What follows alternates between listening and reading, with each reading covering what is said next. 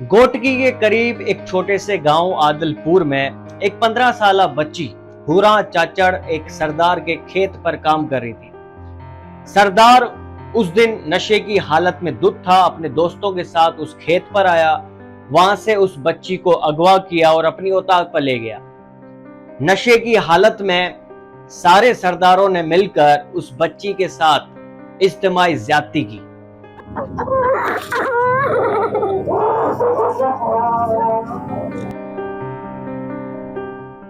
नहीं मैंने बारे वाले सब लुटिया मत कहीं मैंने कपड़ा लाता था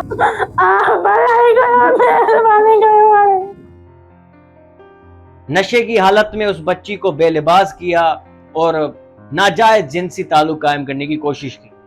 उस बच्ची के वालिदैन आए उनको बचाने के लिए, उनको छुड़वाने के लिए, तो उन माँ बाप के सामने भी उन सरदारों ने उस बच्ची को ज्यादती का निशाना बनाया।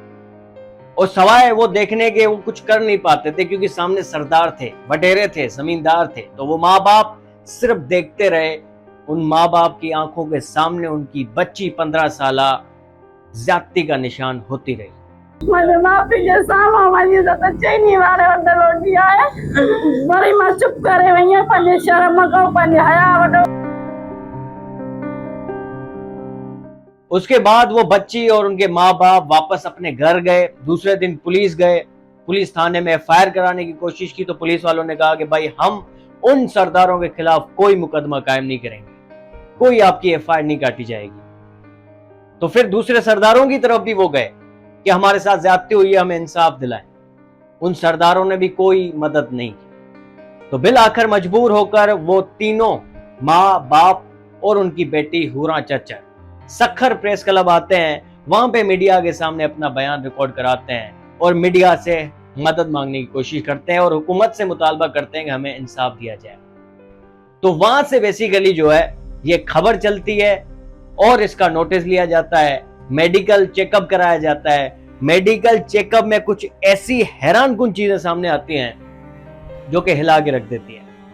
एक तो इस बच्ची के साथ जो मेडिकल चेकअप में जो हुआ है, यानी पाकिस्तान में इस वक्त 2 फिंगर चेकअप, मैं आपको बताता हूं ये है क्या।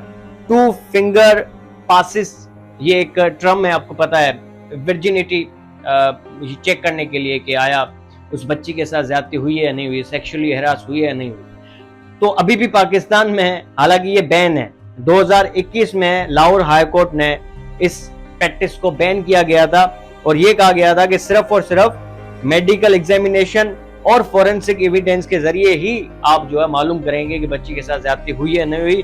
2 फिंगर पासिस वाला जो प्रोसेस है वो अब नहीं अपनाया जाएगा, लेकिन इस बच्ची के साथ वो भी हुआ है। मेडिकल चेकअप में ये साफ साफ लिखा जा रहा है, आप देख सकते हैं अपनी स्क्रीन पर, कि वर्जिनिटी इजीली, यहाँ पे आप देख सकते हैं इस मेडिकल रिपोर्ट पर लिखा हुआ है इजीली वर्जिनिटी, यानी ये बच्ची जो है वर्जिन साबित हुई। इसका मतलब ये है कि इस बच्ची के साथ ज्यादती हुई है, क्योंकि सामने वाली जो धुर थी, यानी सामने वाली जो अपोजिशन फरीकीन थे, उन्होंने तरदीद कर दी थी। उन्होंने कहा कि इस तरीके की कोई बात नहीं है। इस बच्ची के ऊपर इल्जाम लगाया कि भाई ये किसी के हाथों इस्तेमाल हो रही है और ये जमीनी मामला है, जो हमारे मुखालफिन है वो उनको इस्तेमाल कर रहे हैं।